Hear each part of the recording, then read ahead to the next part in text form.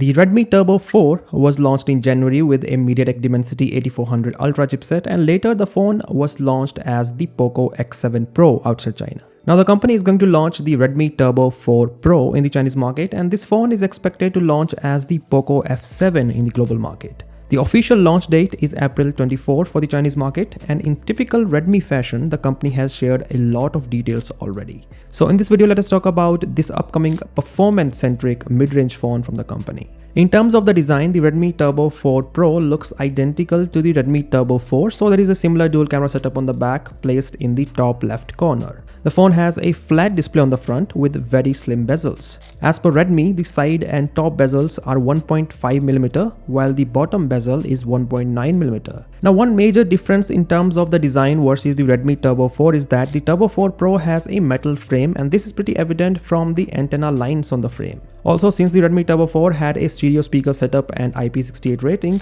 we are expecting the same to be the case with the Redmi Turbo 4 Pro. Let us talk about the specifications now, because this phone has an interesting spec sheet. Just like the Redmi Turbo 4, the Redmi Turbo 4 Pro is a performance-centric phone. It is powered by the Snapdragon 8S Gen 4 chipset, which was officially announced earlier this month. As the name shows, this is the successor to the Snapdragon 8S Gen 3, which powered the Redmi Turbo 3 and the Poco F6 last year. The Snapdragon 8S Gen 4 has a 31% better CPU and 49% better GPU than the 8S Gen 3. The AI performance is also improved by up to 44%. The chipset also comes with on-device ray tracing support. If we talk about the benchmark scores, the phone scores more than 2 million points on the Antutu benchmark, and on Geekbench, the single core score is over 2100 while the multi-core score is over 6800. So these scores clearly show how powerful the Snapdragon 8S Gen 4 is. Now the performance is not the only highlight of the Redmi Turbo 4 Pro. The phone also has a massive battery. Now the Redmi Turbo 4 already has a pretty big battery at 6550 mAh,